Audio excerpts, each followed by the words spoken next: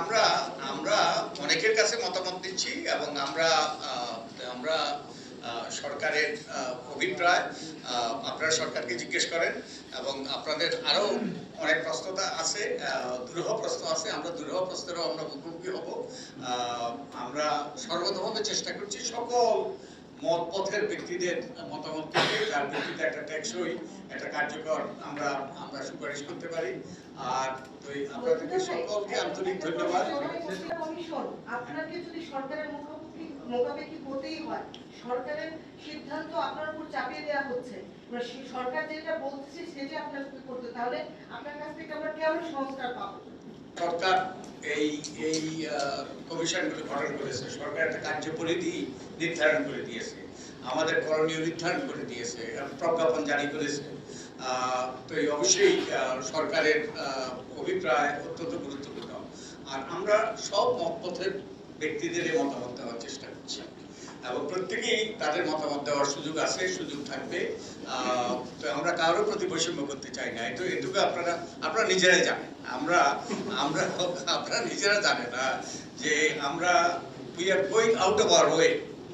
আমরা প্রত্যেকের কাছ থেকে সুপারিশ মতামত দেওয়ার জন্য, কারণ আমাদের কোনো ওই যে নিজস্ব এজেন্ডা নেই।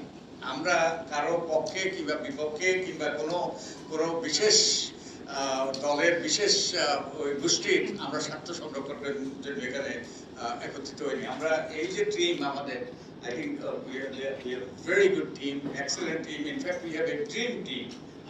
We have a dream team. এবং আমরা ঘনিষ্ঠভাবে কাজ করছি।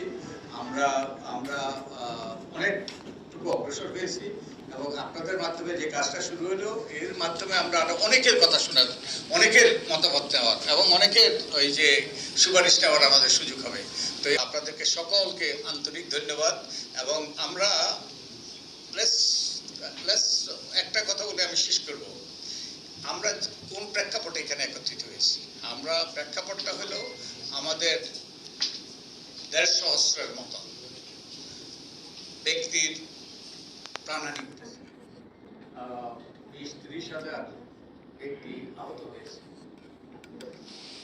এই তাদের রক্তের উপর দাঁড়িয়ে আমরা এইসব কর্মকাণ্ড পরিচালনা করছি। আমরা যেন তাদের রক্তের প্রতি বিশ্বাসঘাতকতা না করি। এবং আমি আমার সহকর্মীদের পক্ষ থেকে আমি এটুকু বলতে পারি, আমরা বদ্ধপরিকর, আমরা তাদের রক্তের ঋণ শোধ করার জন্য।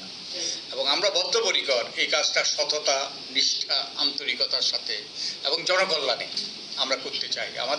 আমাদের দুর্ভাগ্যবশত এখন রাজনীতিটা হয়ে গেছে জনকল্যাণের পরিবর্তে একটা অর্থকরী আয়ের একটা উৎসব। এবং এটাই কিন্তু এই যে রাজনৈতিক সংস্কৃতির এখানে পরিবর্তন দরকার। তো আমাদের কোনো রাজনৈতিক এজেন্ডা নাই, কোনো এজেন্ডা নাই। আমরা আপনাদেরকে সততার সাথে, নিষ্ঠার সাথে বলতে পারি, আমরা সর্বতভাবে চেষ্টা করছি যাতে আমরা একগুচ্ছ প্রস্তাব উত্থাপন করতে পারি, যার